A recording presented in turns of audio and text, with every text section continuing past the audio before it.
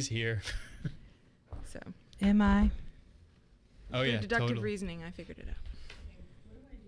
So you just plug this little thingy into one of those little thingies. So yeah, that one's good. Just make sure you turn the volume up on it. All right. Hello to And the then- stream. So you're gonna put Is it that there or like behind It's there you. now. And It's let's not see. there because that's So there. you're gonna put it in your right I ear. get it. I got it now. I got it. And here, can I help you? Yes, please. Sorry, Ed. You're doing great. All right. Okay. hmm So I'm just gonna like sneak this behind you. It might be a little. You know, do we have another extender, right? Oh yeah, we might need Somewhere. because this is a little. Not in there. Oh yeah. Albert, didn't you buy? Oh, they're all used. Okay, so They're all used to reach me in the black hole of death. Hi, Kathleen. just like put this to your shirt. Okay. For your, You might be slightly uncomfortable. sorry. But you look great. Really, they're all in use? Yes, it takes a long, long, long, long way to get to me. We need all of them because I'm so far away. Yeah, there you go. Yeah, that might help. Yeah. You're doing great. I mean, we can give you some headphones if you want. No, this is good. Okay. You're doing great, Doll. I'm not You're gonna doing great. I'll tell you what, though, this place has great lighting in here, so Yeah, you do have like the Booyah beauty to y'all. shot. I'm taking pictures of myself. I Even am. when I had the Kathleen camera, like the first week that I was like in quarantine shot, I did not look as good as Kathleen looks. Aw, that's not true. It's very true. I'm not gonna think about it too much, but it is very true. Where was that? Oh, he found a thingy. in one of my bins that was covered. He found a thingy. Where'd you go? Thank you, Father. All is right with the world. Is it? Ooh, no, it's not. Life is chaos Yes, I can do all the whatever. time. Let's see. What new things can I find in Jeff's office to play with? You got the gnome last week. He still sits with me. Just let that sit. There's lots of things Slightly uncomfortably. Is that way? No, that's great. Yeah. Thank you. It's a cave. Seat cushion for my bouteille. Okay. All right. Father Chris didn't hear that. I'm super excited. I could infer a lot, I'm sure. No, You really can't. you can't. You can watch it in the post show. I was gonna say beautifully, it's on the playback. So, if it was an insult, that's fine. It wasn't. Where do I look when I'm talking? Your camera's there, or that if you want to, pardon me, if you want to address somebody.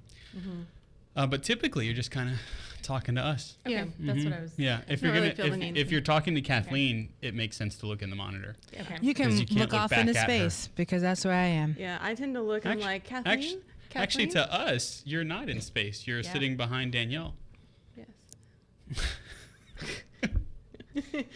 Can you Loading see me for- now? A game show or something with that background. I don't know. Well, for Kathleen, life is a game show. That's true. She takes selfies of herself. It's like Wheel of Fortune, which I'm one day going to get on. I've applied 50 billion times. Oh yeah, I really want to be on Jeopardy. Jeopardy. I've taken the test a couple times. Oh yes, Vicky, we are all safe from the storm. In fact, Baton Rouge was spared a good bit of the damage. Yeah. There were parts that, Some people still don't have power. yeah. I think a number of folks are finally getting their power back. Yeah. I think they said they had 50% of the. Yeah, Households the, like restored? 680,000 or something Mhm. that was out. I think did the Catholic Life Center lose power? We did. Yeah, Probably. because I passed it last night and it was like totally dark, which Yeah. was creepy. I'd never seen it like that before, so I was like, oh, they must have. Like, I wonder if that whole neighborhood lost Yeah, power. I knew that it was off at least yesterday morning. I wasn't sure if it Oh yeah. had stayed off all day or not, but it sounds Yeah. like. yes. Apparently, we lost power at school, and like some of my network stuff wasn't working, and I was like, I thought it was just my computer, and then I saw an email that like it just said something at school had gone Yeah. off, so it must have been like the whole neighborhood or a big part of it. I need to change the background for the super source to I guess, what is it, 2.2? Yes. Ed? So you're gonna have to kind of like hug Do I the need to do that? microphone a little bit. Just like, as you're. Oh, there you go. Oh. You're doing great. Yeah. So like, just as you're talking, just make sure that it's kind of on your mouth. Just It's incredibly uncomfortable. just get intimate with it. There you go. Did that help? It feels awkward.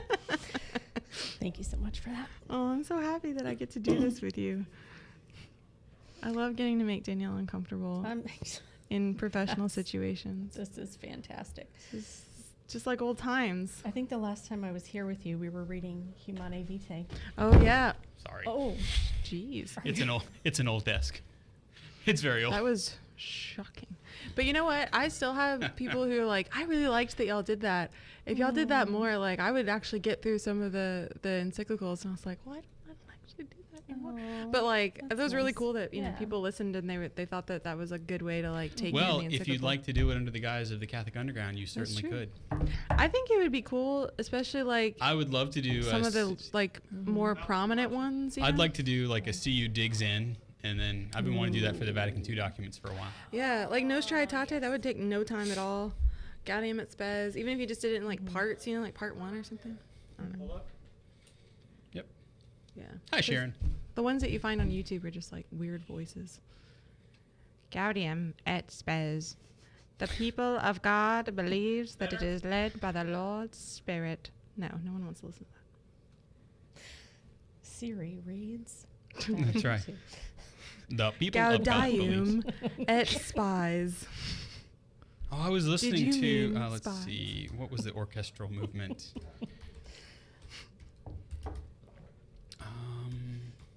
Man, I can't remember what it is. Maybe it was spem in alium. It's one of my favorite Latin words, spem. Yeah. Just means hope for those of you at home. Actually, it's spes, right? Spes Spes. unica, right? But beatum spem is what's in the Our Father in the extraordinary form. Joyful hope, beatum Yeah. spem. Yeah. Maybe that would be my blog, I like that. because spes has to agree with beatum, right? Yeah, with the So, adjective. With the adjective beatum spem. I love Latin. I try to like whenever I'm teaching, I'll like write a word on the board and like try to get it back to its like Latin or Greek roots and stuff, and like because it's a good way to remember. It's like you're gonna take the SAT, the ACT. any like- word. I mean, yeah, I am that She teacher. show you that word used to be Greek. I do the same thing in homilies, and my parishioners are probably like, I don't care, Father.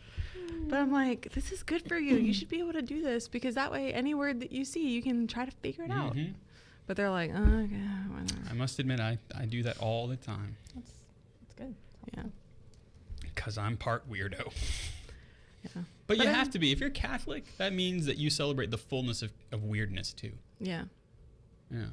Universally weird. The other day, one of my students, so like one of the things they can incorporate into their prayer because they lead prayer every quarter, and one of the things they can do is like an optional thing is they can put in about like the saint of the day, and a lot of them choose to do it, which is cool. Yeah. And one of them just this past week, it was the Saint Denis was the saint, and he was apparently an archbishop who like got beheaded, and then the legend was that he like walked around town like carrying his head. And so she's like telling us about her saint and has like a little quote from him and everything. And she's this picture of him. It's like a pencil drawing or something. And it's like him and his chasuble and he's like got his Oh, head Saint and he's Denis, got yeah. a little like mitre on. Mhm. And she just says it like it's nothing. And then she's like, all right, in the name of the Father, the Son, and the Holy Spirit. And I was just like, thank you. And I looked at them and I was like, don't let anyone ever tell you that Catholicism isn't completely metal. All right, let's start class today. Right. It's just like the most natural thing in the world. Well, yeah, he just walked around with his head. Wasn't he preaching and he was beheaded while preaching? Something like that. And, he like and kept his going. head got sliced off, so he just picked it up and kept preaching. Yeah. Yeah. The French, right? Yeah. We priests, we invented emo. Yeah. Keep death always before you. Oh, yeah. Even if death is before you and you're preaching a homily that's pretty good, keep going. Yeah, exactly. Hey, Taylor, how you doing?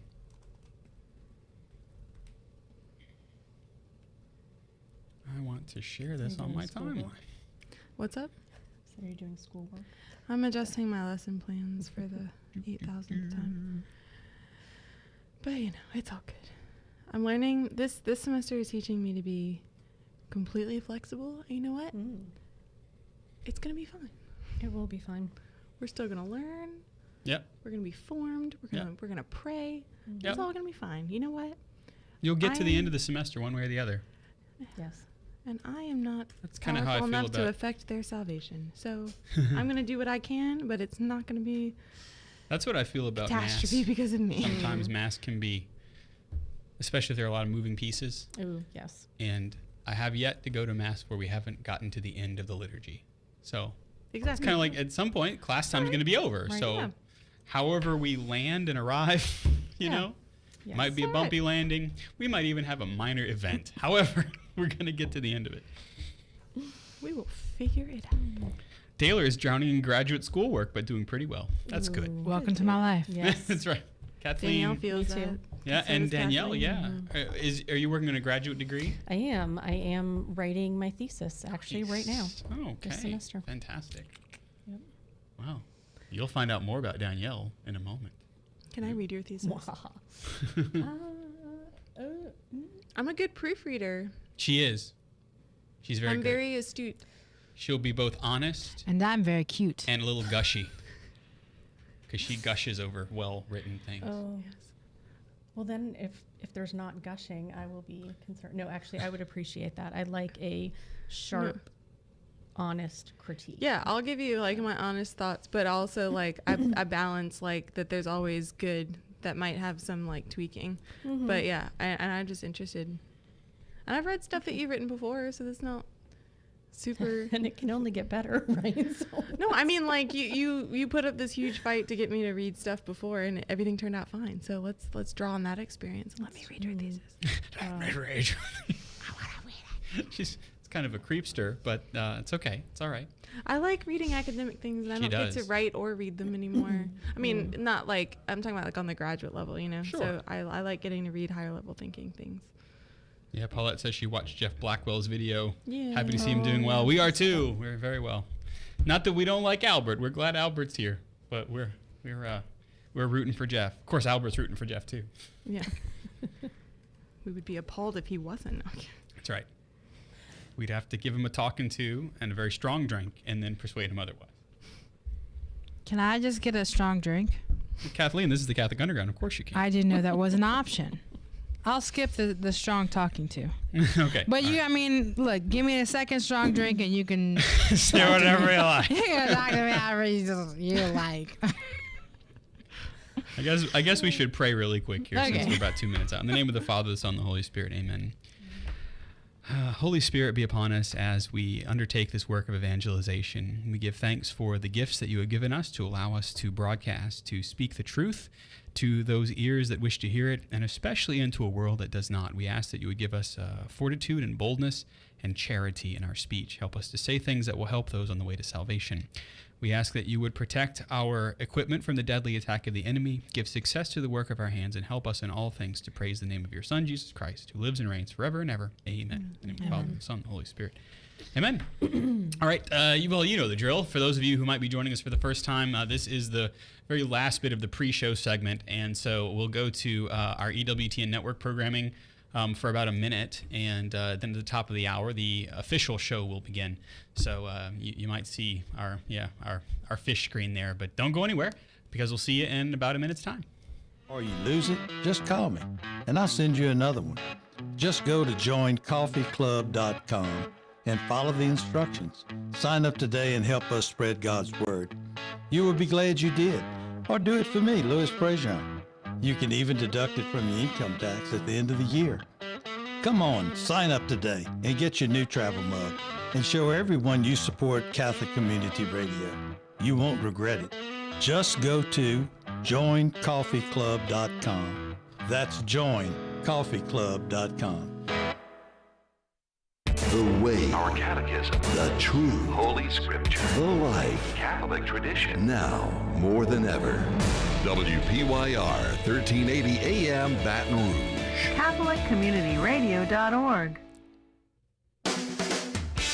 Today on the show, we talk about life, death, and everything Catholic. A few Catholic words related to it. The Catholic Underground starts right now.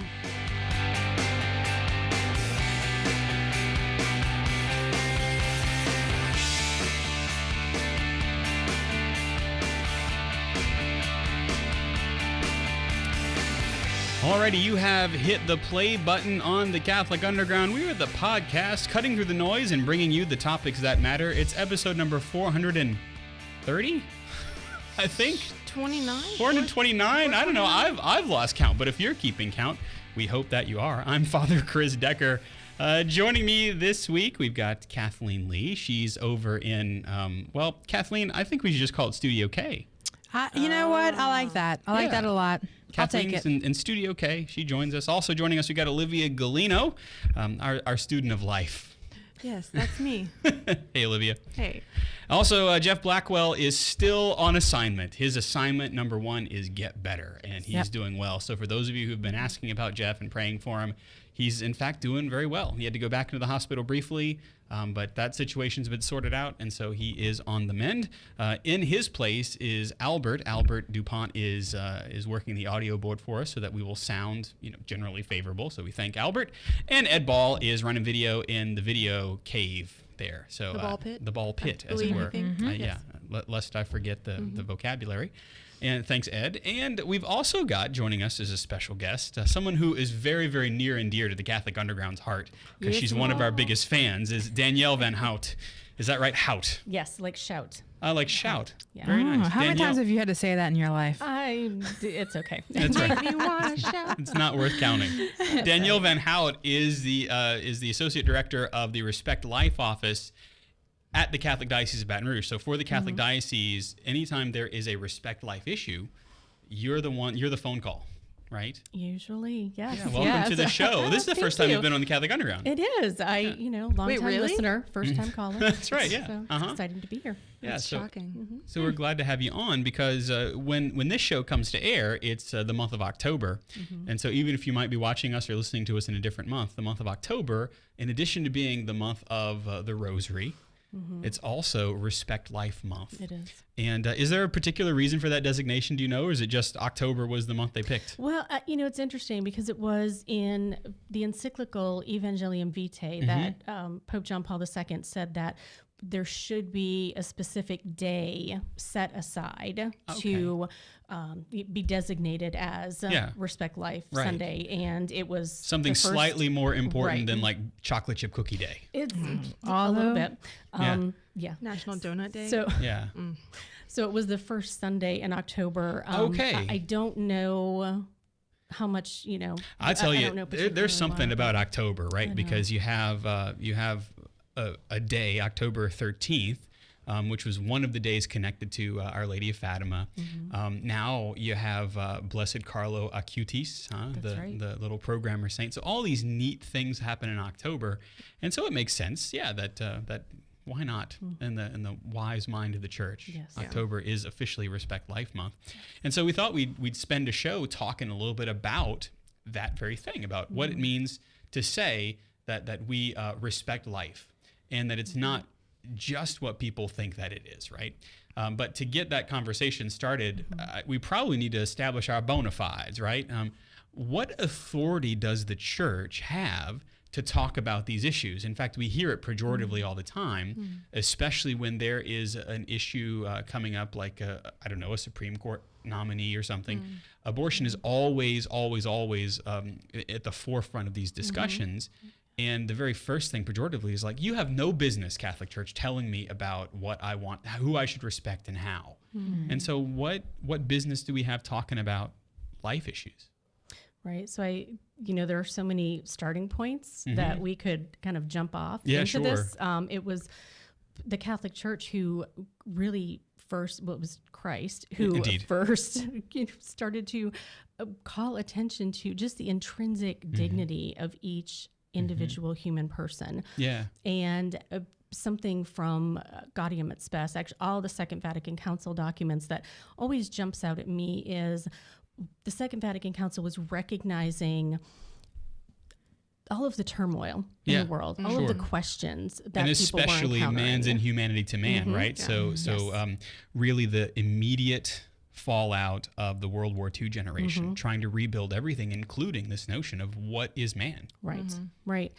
And for the Second Vatican Council, they recognized that the church has the key to life and everlasting life. And the church had a responsibility and has a responsibility Yeah. to present that truth In every to age. the world in every age, and then to uphold the dignity of every individual, particularly those who are most vulnerable, most cast aside, most ignored. So it's and Respect Life, it is the gospel. There is one gospel, the gospel of life, the gospel of Christ. It is all one and the same. Yeah, and it's interesting how in those opening documents of Gaudium Spes, I believe it's paragraph number 23, that the church is very clear that it is Christ who reveals man to himself. And if we want to know what we believe about ourselves as created in the image and likeness of God, as of infinite dignity, we need to look at the one who became flesh, the God who became man, and that is Christ. And so because we as human beings would look to Jesus and say, you are of inestimable worth, you are God, you are the Word made flesh, he ennobles us. Yeah. By becoming flesh. And so there, I think of the times in the scriptures where Jesus is trying to go against what the prominent beliefs of the time are. Like when that tower at Siloam fell, they were saying, well, whose sins was it that why did the tower fall on them? And Jesus is like, that's not how it works. Right, yeah. It's not because they were sinful that a tower fell. A tower fell. Yeah. They are children of an almighty God. They are loved and willed, directly willed by God. Bad things happen, but he lifted them up in a sense by lifting up the memory of these people who died because something tragic happened. And of course, we know that in the scriptures, Jesus always goes towards those that nobody wants to touch. Yeah. And I think that like something interesting is, there's this immediate, like maybe, I don't know if it's immediate, but like you see in society that there's this like, well, who are you to talk about, life issues or my personal issues or my beliefs or whatever. And the interesting thing though, is that like the church is often the only one talking about that, right? Because like you listen to like the narrative of the world, and the narrative doesn't, the world doesn't say positive things, right? In the sense of like saying something versus saying nothing. Yeah. Like the world will tell you like, you are not this, right? You are not that, you are not what they told you, you are not this, whatever. But the world doesn't give a positive value. It doesn't say you are this. Yeah.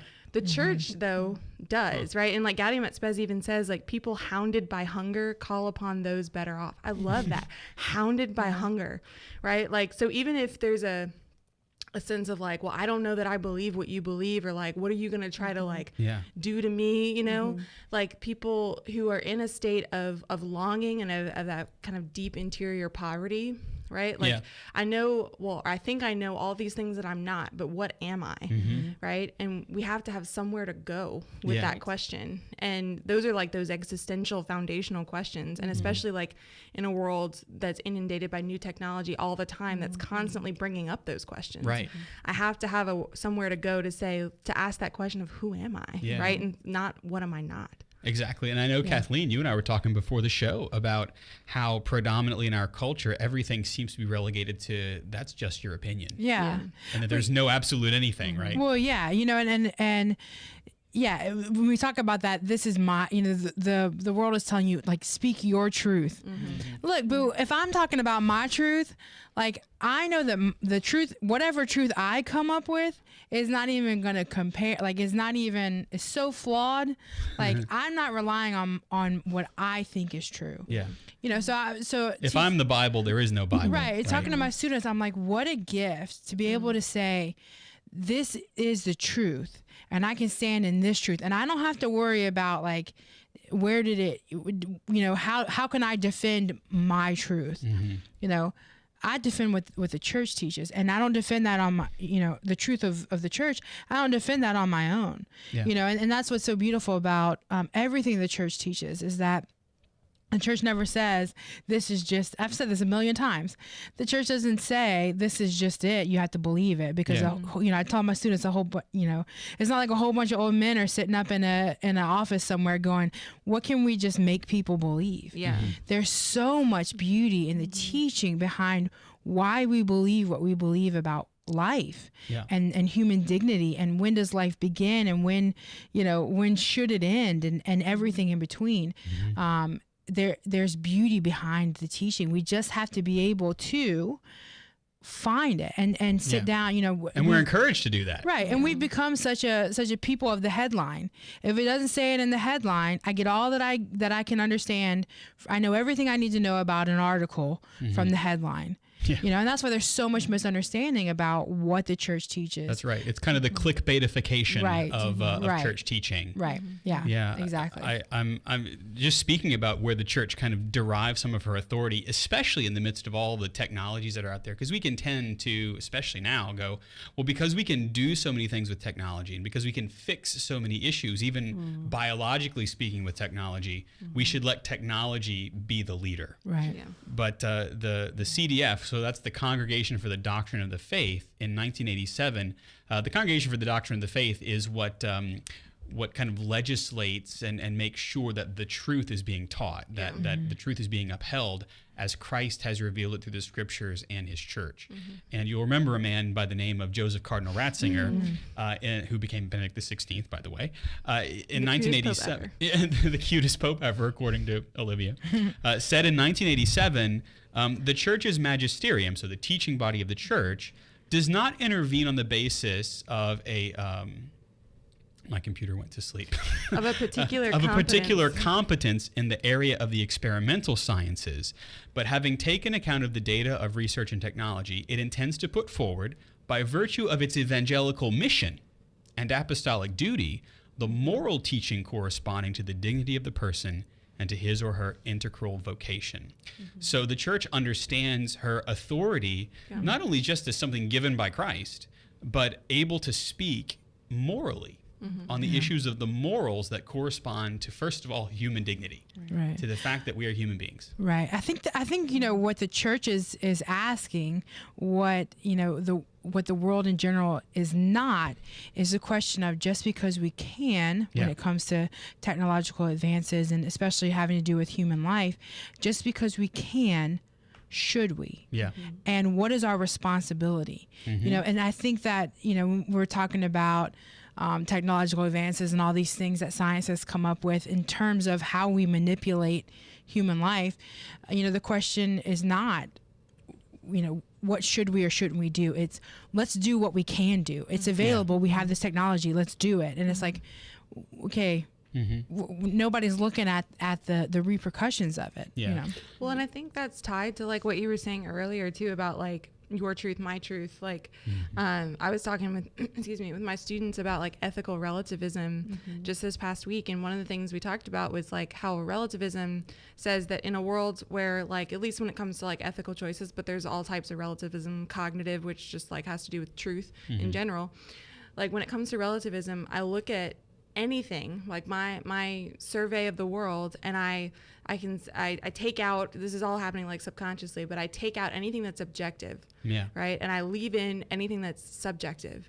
And so then I'm only seeing things in my perspective, but the things that are objective that I'm taking out of the situation, they don't just disappear and like the need for them goes away. So like in a moral situation, I have like the principles of human dignity and of human life, and things like, don't steal, don't murder, right?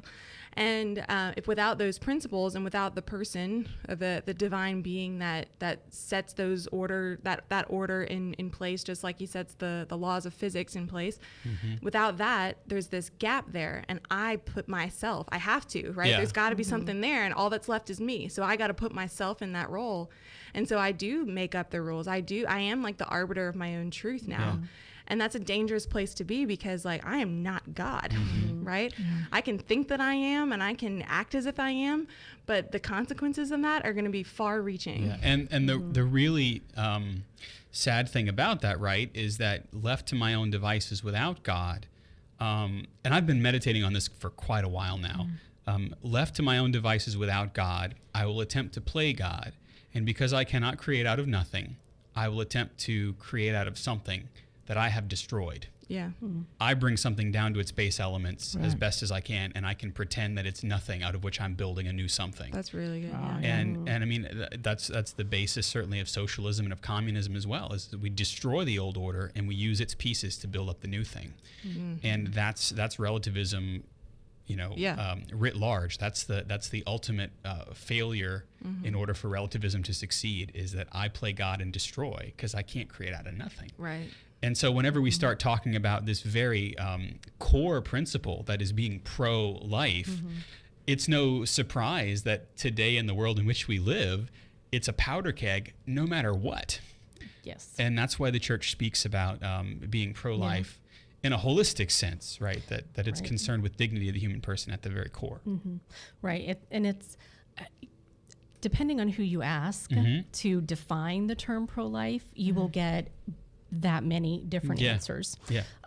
So when the church is speaking about being pro-life, having respect for life, she is talking about every single individual. Right. It is all. It's really everyone quite something to think about that when the church says, I am pro-life and we must respect life, she's doing as God does.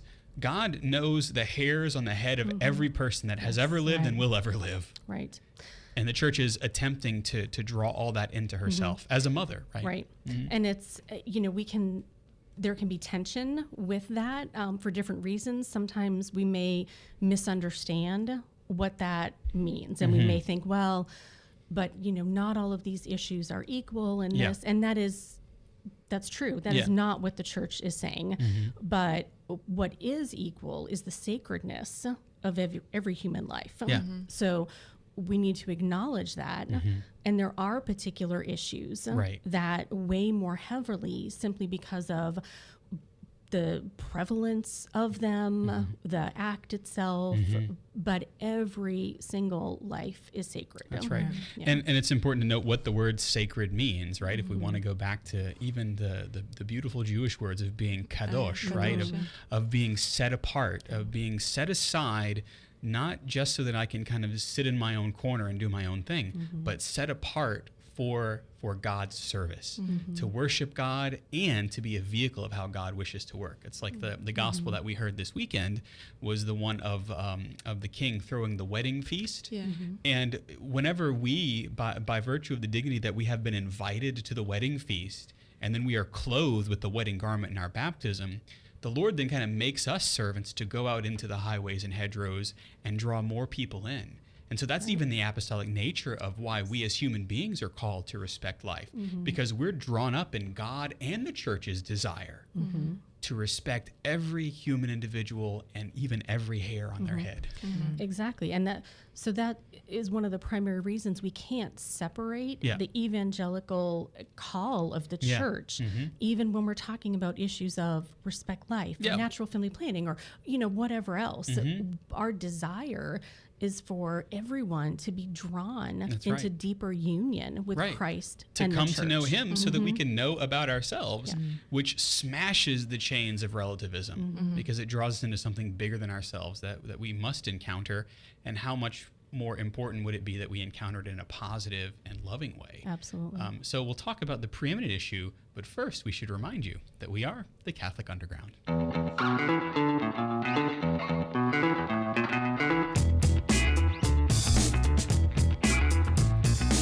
Alrighty, there's a bit of a wave happening here. I don't know what Danielle would tap into her inner 90s. Yeah, it's true. Yeah. Not accessible tonight. You're not accessible to the 90s in your head. I'm Father Chris Decker, joined this week as we are by Kathleen over in Studio K.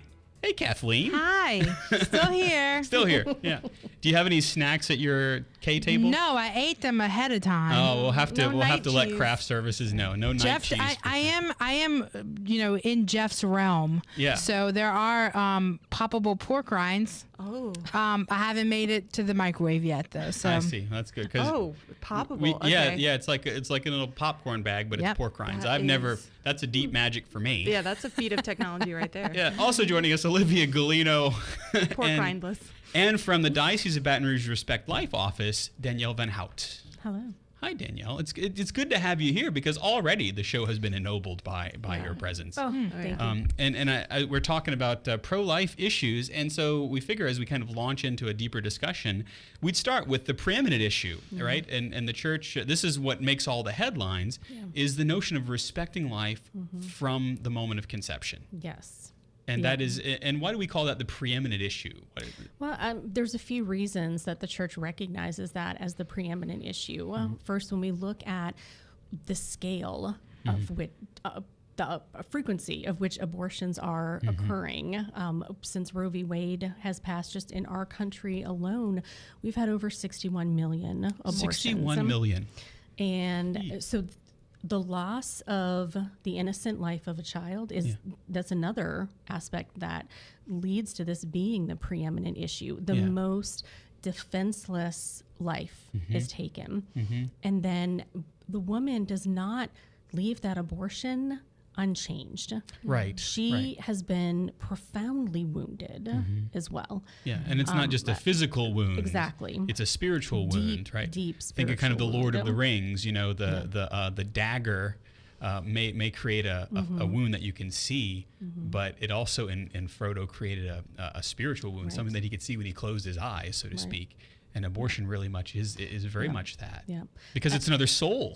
Exactly. Right? Yeah. Exactly. And abortion is happening in, what is supposed to be this safe haven of the family. Right. That is what the family is called to be, this place of protection. And it completely goes against that. Absolutely. And it's really, do you think that abortion, that just the word, has simply itself kind of become the all-embodying notion? Like we remove what happens within abortion and we just simply leave it at the word. In fact, I was driving, there's something that's coming along down the pike soon in the Louisiana on our ballot to have a line in our Constitution making it very clear that abortion will not be provided for.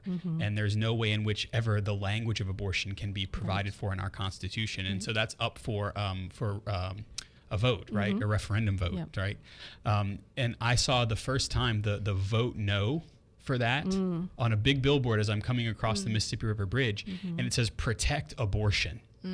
And I thought to myself, what? Protect, normally we think protect life. Yeah. This said protect abortion. And there was a picture of a baby.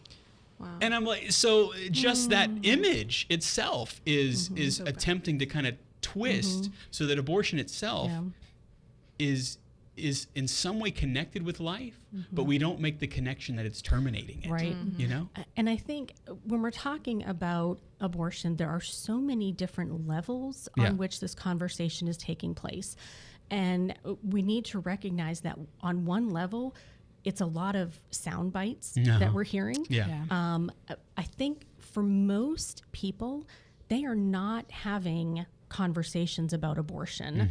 And a recent study that was commissioned by the McGrath Institute showed this, that people are not having these conversations. And Are they just kind of lobbing the buzzwords back and forth? well, they're just not afraid talking- to use them. I see, I see. So the very active people from both sides, if you will, are the voices that we're hearing. I see. But this is not a conversation that's happening in Among a non-politically place charged yes, situations. Yes, and that is where it needs to be happening. But part of the reason it's not happening is because people are kind of afraid of opening that powder keg and what's going to happen. The other thing is that the majority, we have all been affected by abortion. So, we need to understand when we're coming to this issue, there's probably someone in our lives that has experienced abortion. If it's not the woman herself or the man himself who has been directly involved, we've had a friend, a sister, a cousin, whatever it is. My goodness, you activated Siri. Oh, I have that effect on. You can always tell when you're having a good conversation because Satan will attempt to use technology to throw you off the scent. So, Yes, not well, this day. no. Not this day. Keep going. No. Yeah. Right. So, being mindful that we have personal experience with this issue. And part of what we need to do as a church is create places where these discussions can happen. Because so often, if I'm a practicing Catholic and I may know what the church teaches about abortion, I know what the right answer is. Yeah.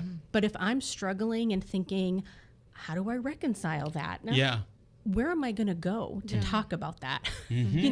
Do I feel safe calling my priest? I'm probably not going to go to the talk that's labeled, why we need to make abortion illegal. And I'm not saying we shouldn't have talks like Right, we should. Yeah. But we also need places where people can come and dialogue in the sense that dialogue to reach truth. Yeah, right. Truth-seeking understanding, Yes. right, as St. Anselm would say. Yeah.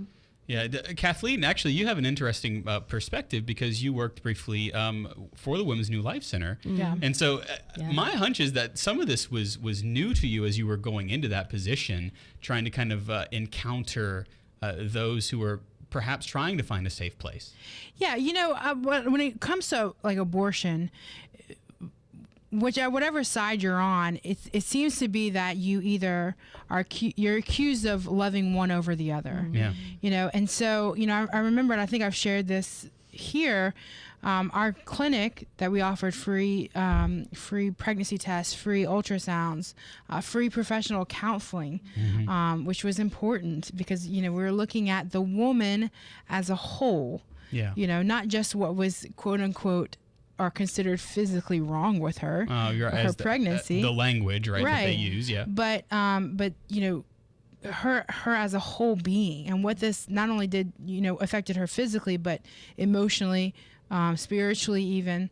My window was probably about 2 feet to 4 feet from the parking lot of the abortion clinic next door.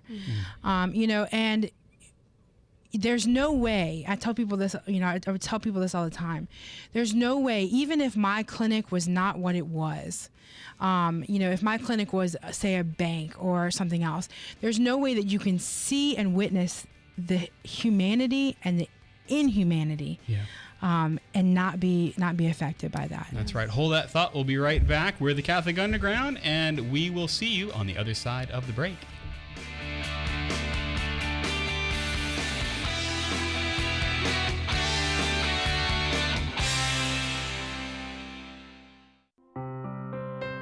Hail, Holy Queen, Mother of Mercy, our life, our sweetness, and our hope. To thee do we cry, poor banished children of Eve. To thee do we send up our sighs, mourning and weeping in this valley of tears. Turn then, most gracious Advocate, thine eyes of mercy towards us, and after this our exile, show unto us the blessed fruit of thy womb, Jesus. O clement, O loving, O sweet Virgin Mary.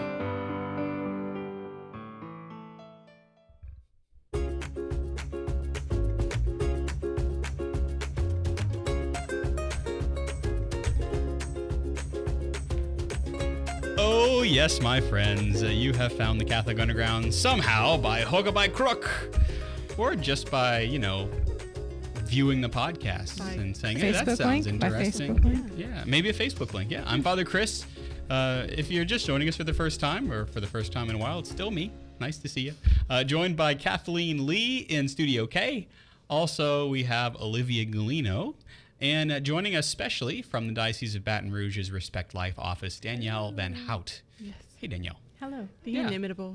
The inimitable, lovely. yes. She indeed is inimitable, right? She is. Created by If y'all God only knew. specifically. I had the pleasure of working with Danielle before, and let me tell you, it's a gift. So if you ever get the opportunity, do it. That's right. One of the things we didn't do at the top of the show is talk a little bit about you, and maybe we could do that very, very briefly. Talking about all the issues that lead up to respecting life, with respect for life from conception being the preeminent issue. But my hunch is, my spidey sense tells me that you didn't just kind of fall into this, but that there's something that that kind of led your heart toward it. Is that right? Is that close, or did you just fall into it? No, I think definitely the path was laid out by the Lord, as with everything. My husband and I moved our family to Baton Rouge from Georgia. Almost 10 years ago, 10 or 11 years ago. That's about right. And I just knew that somehow I was being called to work for the church. My background degrees in theology, but had actually done hotel management and worked in women's health. Sometimes you need a theology degree, I guess, to do hotel really, management. it can take you anywhere. The liberal arts. That's right. It is the liberal arts. Yeah. So just, knowing that I was going to work for the church in some capacity, I found out that 40 Days for Life was going on. That was 2011. It was the first year, actually, that there was a 40 Days for Life campaign in Baton Rouge. Okay. And 40 Days for Life is the intentional praying. Yes. For 40 days, usually during the Lenten season, is that 40 right? 40 days. So there's a fall campaign, and then a campaign during Lent. Okay. Yes. Right. So, yeah. Specifically praying for the end of abortion. Exactly. Is that correct? Yeah. Yes. Okay. So I came out, and that's where really I first met so many of the folks that I'm still connected with now. Yeah. And eventually saw that the diocese was hiring for a particular position, and and things just kind of went on from Barreled there. in that direction, Yes, right? Yeah. Yes. Like Still that. barreling. So. That's right. Like that railroad thing at Disney World. That I forget what they call that. Sorry, Father monorail? Palermo. What now? The monorail? No, not the monorail. The one that's a roller coaster that looks like a train. Sorry. The chat room will help me. Yeah. But yeah, working for the church is very much like a roller coaster for sure. Oh, it's been wonderful. But to be able to work in an office that is specifically designated for Respect Life, do many dioceses have that? Do you know, or is this kind of a position that's needed, and there it happens to be for our diocese? So it varies so much from diocese to diocese. I would say a good number of dioceses do have, if not a particular office, then a person who is charged with kind of overseeing who's kind of the those point issues, person for those. In whatever way it looks like in that particular Typically diocese. kind of connected to the marriage and family life office or something. Sometimes? Again, sometimes with Catholic Charities. Sometimes it's a standalone office. Sometimes Interesting. it's part of the Office of Justice. So it, Ooh, the Office of Justice. yes. That's right. Kathleen would Yes, definitely be yeah. the director Can of you- the Office of Yes. Justice. Seriously. I'm the executive director of justice. amazing. No. Sounds about right. Yeah. Well, really cool. We're glad that you accepted that position, and I know that speaking as a priest of the diocese, that it's important for us, right, to be able to shuttle someone who's trying, as we were talking about earlier, to have those conversations, because sometimes even as priests, we don't feel like we have the acuity to have those conversations with the level of depth. Sometimes that can only be done by a layperson, right? That can accompany them in a way that sometimes we're not able to do. So that's a beautiful thing. Yeah, very much. it's been a gift. It's a great gift to work for the church. And so certainly part of the work that you do, talking about 40 Days for Life, is dealing with the preeminent issue of life at its earliest stage. Now, from conception, I'm paraphrasing here, but one of the things that the church talks about in talking about when life begins is that that as soon as the sexual act is completed between husband and wife, and the embryo is fertilized, right? Or the egg is fertilized, I should say. It all of a sudden begins, and this is a direct quote: "The adventure of human life begins." And so the notion that the very moment that husband and wife have become one flesh and have done something to bring about not only unity of the spouses, but also specifically to procreate, the moment that act is done, the adventure of life begins for the embryo, right? For the egg that has been fertilized.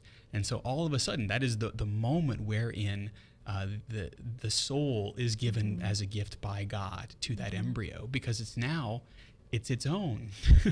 And how beautiful to think that at that microscopic level, God is active. And at that microscopic level, man and woman coming together in the beauty of marriage are able to do something that only God can do, but that God allows. So, so that's why we speak about it as the preeminent issue, because that's the miniature Big Bang. That's the flashpoint for this new universe that is a child. Yeah. And I mean, you want to talk about kind of mind-blowing to meditate on that.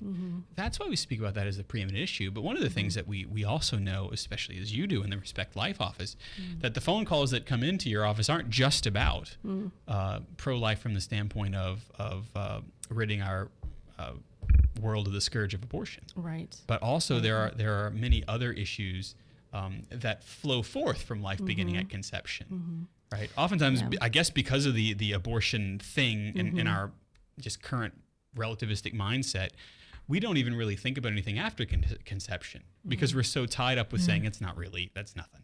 Right. Well, and that's interesting because that you kind of phrase it that way, because it immediately brings my mind to miscarriage. Yeah. And the number of parents who lose a child to miscarriage and then are in this precarious place. This kind of middle ground of what do we do? Okay, that was our child, yet how does society encounter them? Right. Because for this other woman, it was just, that's fine. Yeah. And that is, that's a real need in the church, is to have more resources to validate the grief. That's correct. Of parents. That's right. And, having a place for burial for miscarriage. That's right. And we are so blessed in the Diocese of Baton Rouge because we have so many individuals who are committed to making something available. That's right. And Bishop Duca has just been incredible with his support. So there's a lot more attention being brought That's right. to that. And the death of a child through miscarriage is a life issue, right? Absolutely. It's not only recognizing the life of that child who, praise God, is an intercessor now, but also the life of the parents because they have experienced a crucifixion. A friend of the Catholic Audio, Chris Williston, in Austin, Texas, experienced a miscarriage of a child. And that led to the creation of an apostolate, the Mary Claire Project, where they provide resources and caskets for miscarried children. And so, again, that's one of those things that oftentimes, because we just kind of steamroll through life issues as let's not talk about abortion, that we forget that there are those many components afterwards that are concerned first and foremost with the dignity of each human person. And from the moment of that miniature Big Bang in the womb, right? Whatever happens, even through the effects of original sin, right? That's what we believe, that anytime a crucifixion takes place, right? Whether it's an accident at work or whether it is the loss of a child in the womb, it's not because God wants it. It's because we live in a fallen world wherein bad things happen. And so if there's no way for us to give word to this, to actually allow that moment of death to be sacred, then it creates a much larger wound where we can where life begins to be taken from us. And I think that if we do not mourn death, then we have no ability to rise. So that really, to me, seems like what the pro-life movement, if you will, is all wrapped up in, is in saying that God does not will death. So let us concentrate not only on life, but on resurrected life, on new life, on what the Lord wishes to do. And that's why part of the work I would imagine that you do is truly recognizing the evils, not just of abortion, but also of other things too. Right. So when we talk about Respect Life, it's like what doesn't fall under that heading. Right, exactly. But I mean, we certainly can delineate some particular topics. Yeah, sure. Capital punishment would come right, which is that. Of course is another kind of hot topic too, because it's often politically charged. Right. Infertility, which is kind of coupled with these techniques of artificial reproductive technologies in vitro fertilization. Things that separate things like that. the marital act from the transmission of life effectively kind of separating love from the act of procreation, right? Exactly. Education on the evils of human trafficking. I just, so many. So many things. Is aside from the pro-life situations that are kind of designated within life in the womb, what would you say would be the next most kind of prevalent thing that either comes across your desk or you get phone calls about or people ask you about? That's a good question. I don't know if this would count or not in terms of how you're thinking, but it would be couples struggling with infertility. Yeah, okay, sure. No, that absolutely. Cannot conceive life in the womb because it's a great sadness. It is such a trauma for them, and month and rightly after so, month. because we're hardwired, right? Yes. It's part of the natural law that we are hardwired to procreate, right? It's given by God, and it resonates from within us, right? I think one of the things that when we're dealing with when I'm talking to people about infertility and how we approach that, is to change the mindset or the thinking that children are right. That, and I think this, when it comes to abortion, is the same thing. That they're this commodity, that children, but the children are a right and not necessarily a gift. And none of that is to say that I don't know what it's like to struggle with infertility, and I know plenty of friends who have. I can't imagine the struggle that's there when there's a desire to bring children into the world, to be co-creators with God and to fulfill that part of us, and that desire to have kids, But I think that is an issue. Is are we seeing children as a right that I have? And therefore a choice, right? Right. And something that I can take control over. In ways that are not appropriate.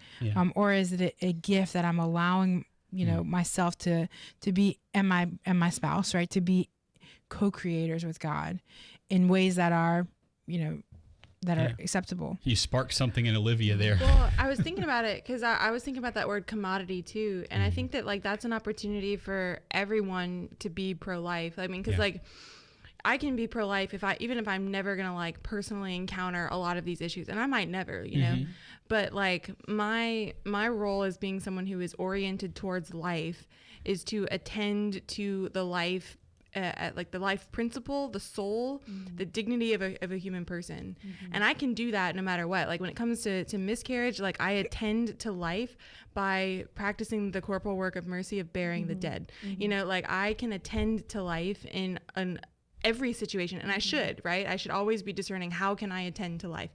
And so in this situation, even if you're not someone who struggles with infertility, we can still have this kind of implicit idea that a couple has been married. I find this in the church, especially with more of the even the younger generations, but the very faithful kind of Catholics, you'll see that there's this implicit understanding of well, you've been married for a year, when are y'all going to start having babies? Yes. Or you've had one kid and that was 5 years ago. So when's number 2, and there may be innocently intended questions, but I feel a lot of times, especially with the friends that I know who have been married maybe for several years and have not had any luck conceiving, right?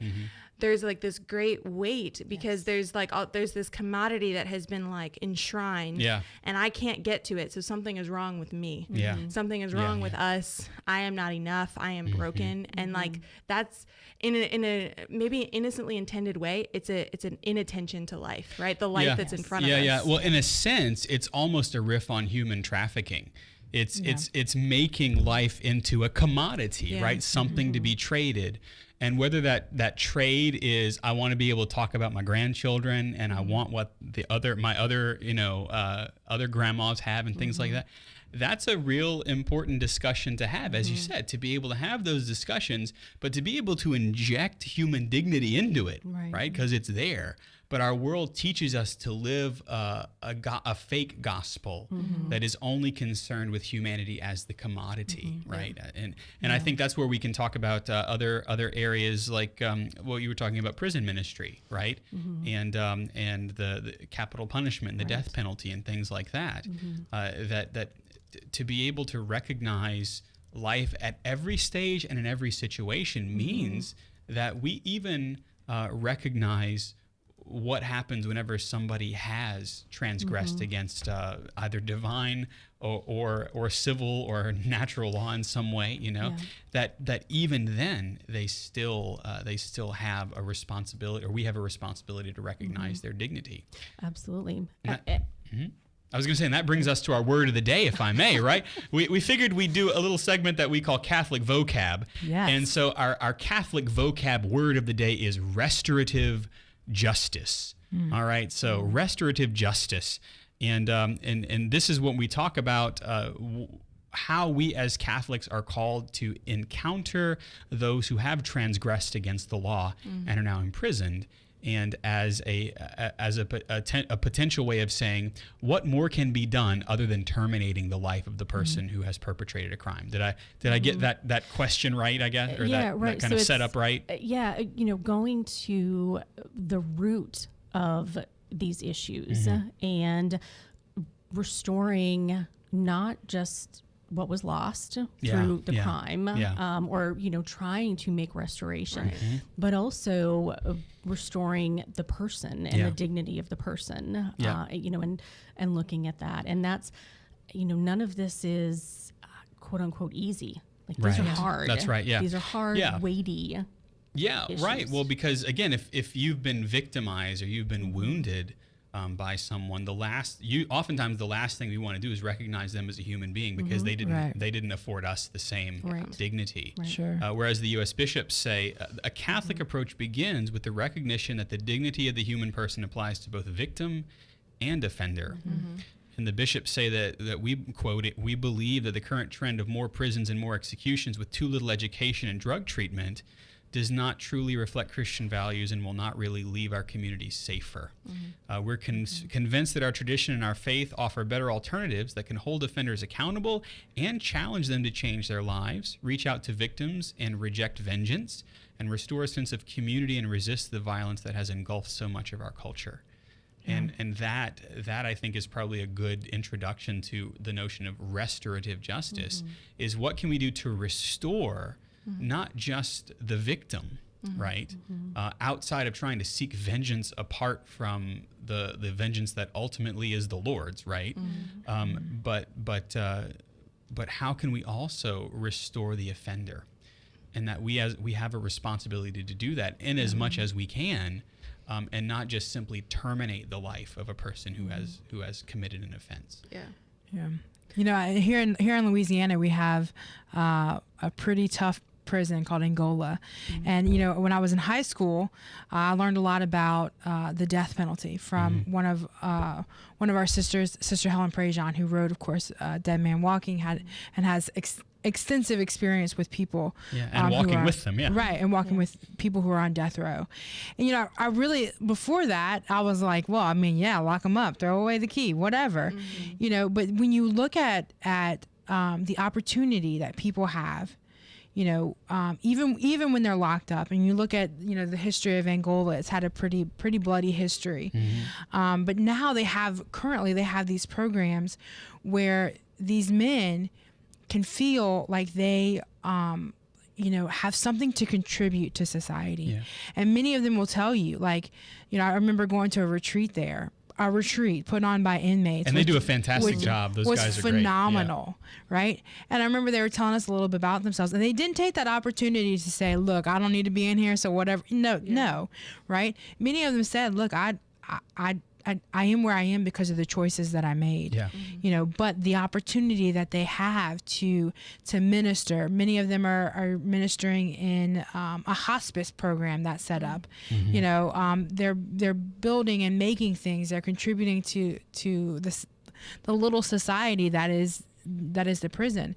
You know, the opportunity to do that makes them feel like a human being. Yeah, it actually restores their humanity. Yes, right. And if you see like the little sprigs that happen from that, some of the most beautiful artwork Yeah. that we have at the diocese. Yeah. Or some paintings and some of the crafts and things that were created by the prisoners, because they were for the first time loved. Yeah. You know, and oftentimes it is a lack of love that causes us to make choices that Right. destroy human life. Yeah. Right. Right.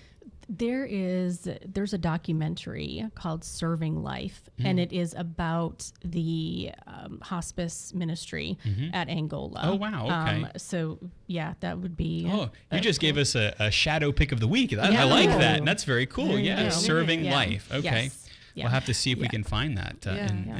in the show notes for you. Yeah. Well, and I love that, like, that all of this falls under, and naturally so, like the umbrella of justice. Yeah. Because I think people a lot of times have this idea of justice as like hard line, like you get what you deserve kind of Right. thing. But like the justice that we have to fall back on, that we have to always start from, is like giving to each his due.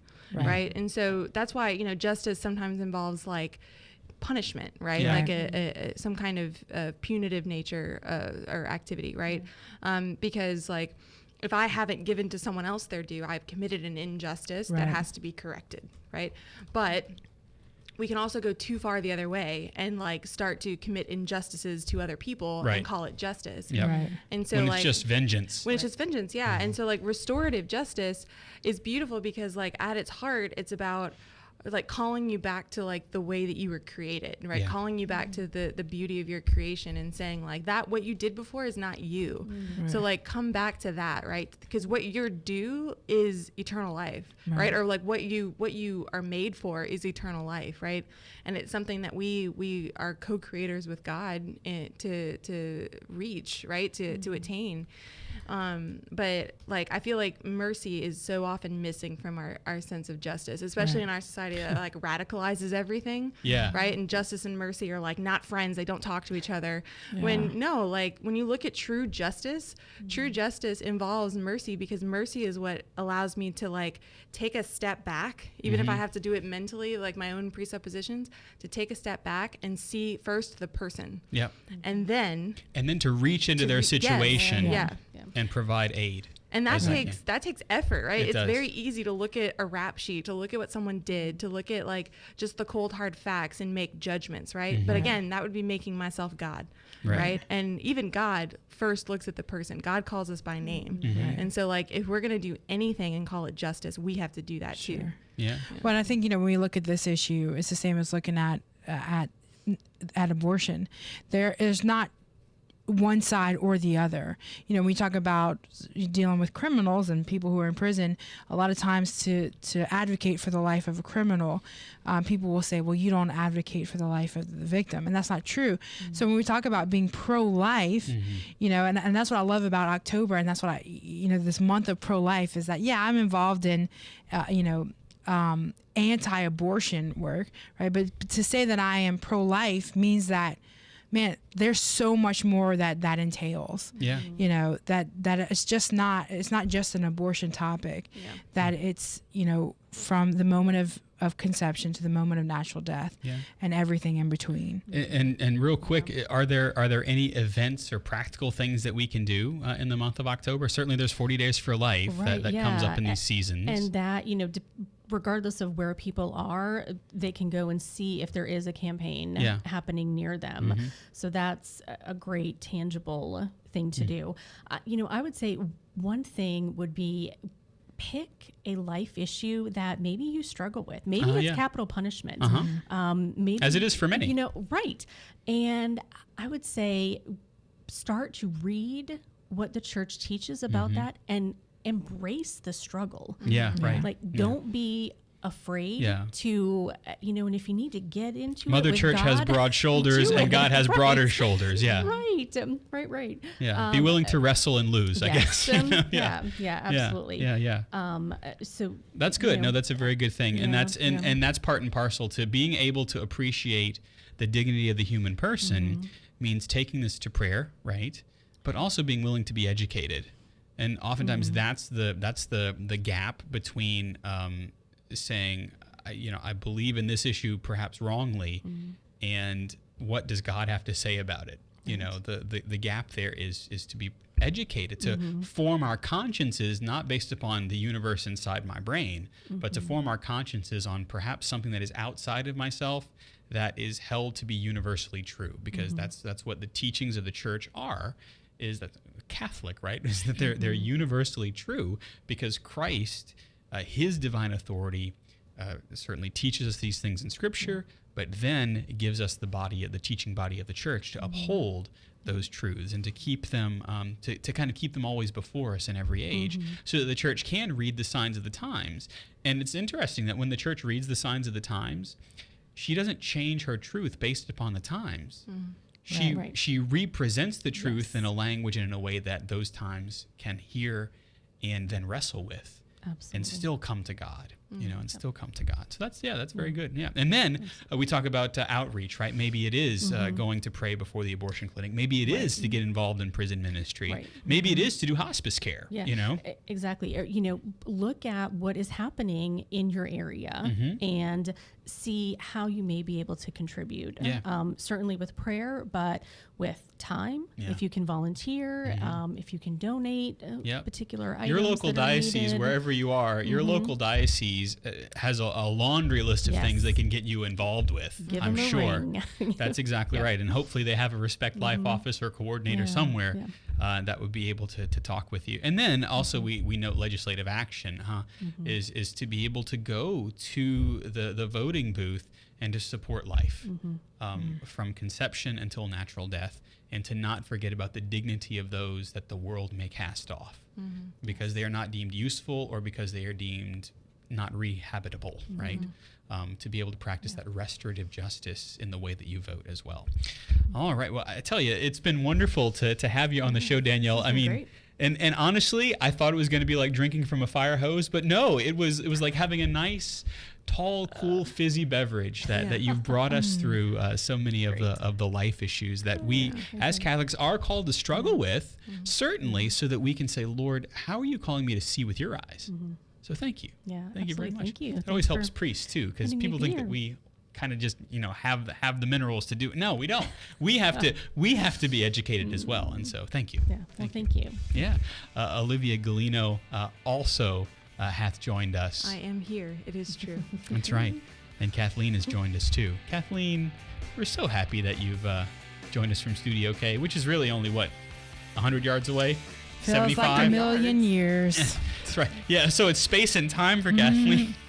The Catholic Underground is made possible by viewers, listeners, and prayer warriors and benefactors like you.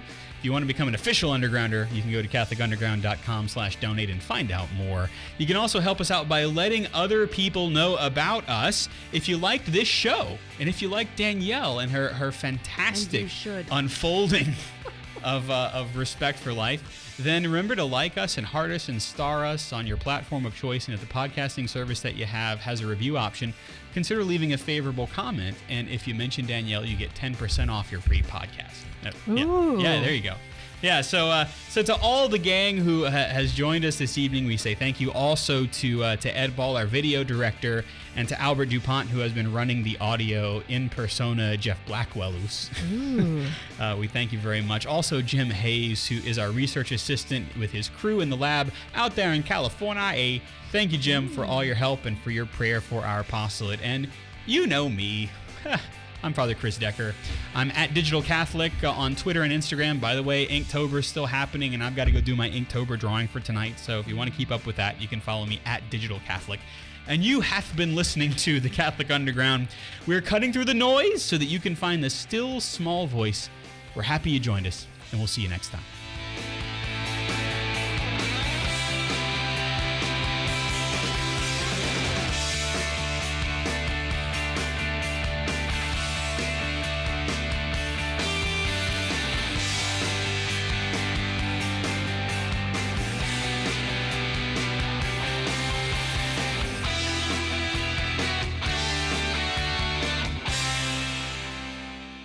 From the Catholic Underground. Hey y'all, Chef John Foles inviting you to Restaurant Revolution in the heart of the New Orleans French Quarter. We serve traditional dishes such as Creole turtle soup, redfish Orleans, and shrimp and grits, plus other decadent selections including Death by Gumbo, seared sea scallops, foie gras, and panade veal chops. Join us for dinner or for brunch after Sunday Mass.